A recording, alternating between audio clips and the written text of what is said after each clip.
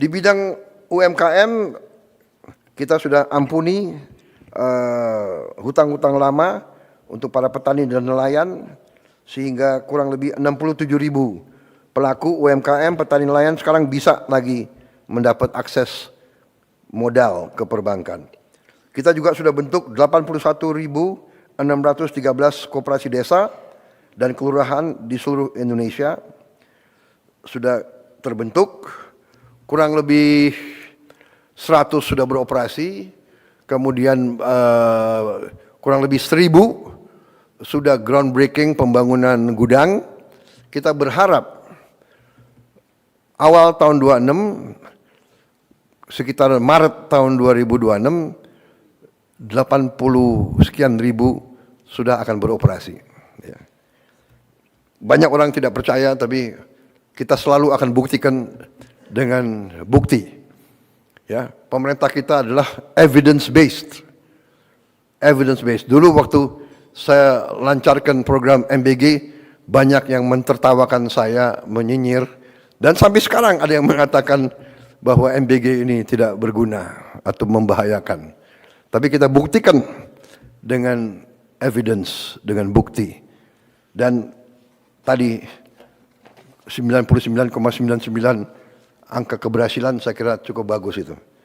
Dan di mana-mana anak-anak yang bicara, di mana-mana.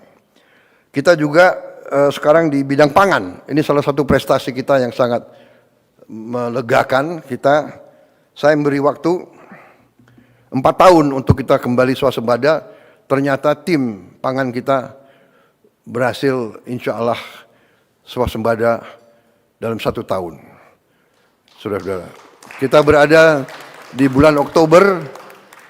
Sekarang ini kita punya produksi nasional Januari-Oktober mencapai 31.038.197 ton. Ini adalah produksi tertinggi sepanjang sejarah Republik Indonesia. Jadi ya boleh kita tegakkan kepala kita dengan penuh kehormatan. Ya. Saya kasih target 4 tahun, mereka hasilkan dalam 1 tahun. Kita juga sekarang cadangan beras pemerintah di gudang Bulog mencapai 4,2 juta ton di bulan Juni 2025, juga tertinggi sepanjang sejarah NKRI. Kemudian nilai tukar petani melonjak ke angka 123, tertinggi sepanjang sejarah NKRI. Kemudian harga beli gabah kita naikkan ke rupiah 6.500 per kilogram, dan kita telah tegas menindak perusahaan-perusahaan yang nakal, yang main-main dengan harga ini dan menipu rakyat. Beras subsidi ditempel, dijual dengan harga premium. Ini kita tindak keras. Kita juga sekarang ya berhasil pupuk langsung dari pabrik ke petani. Kita hapus 145 aturan, regulasi tentang distribusi pupuk kita hapus. Jadi tanda tangan kita kurangi. Ya, ini tanda tangan ini adalah sumber masalah. Jadi ini kita ringkaskan semua. Kemudian sekarang sudah kita mulai 225.000 hektar cetak sawah baru. Ini untuk mengatasi bahwa hampir 100.000 hektar sawah kita tiap tahun hilang. Kan dirubah peruntukan. Dibeli, dijadikan real estate, dijadikan pabrik, kita butuh memang. Tapi akhirnya dari mana kita mau amankan pangan kalau sawah-sawah yang subur hilang? Kita segera harus mencetak.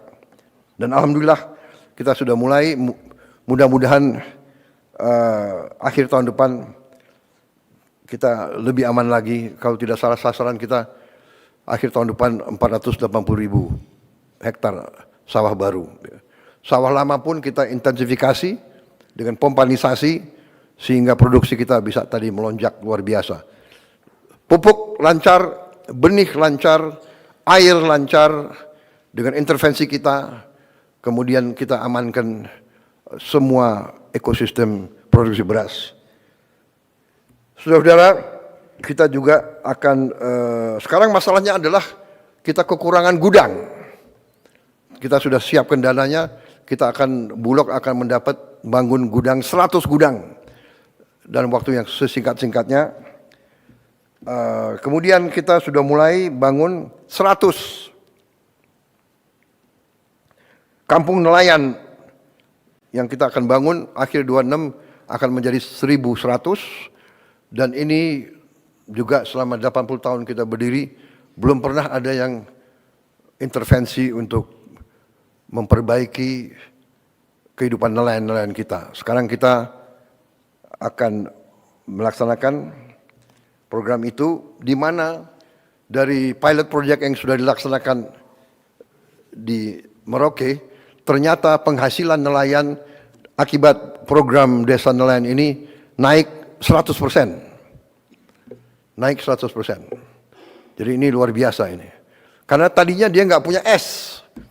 Hal yang paling dasar tidak punya es, karena nggak ada pabrik es di tempat-tempat terpencil.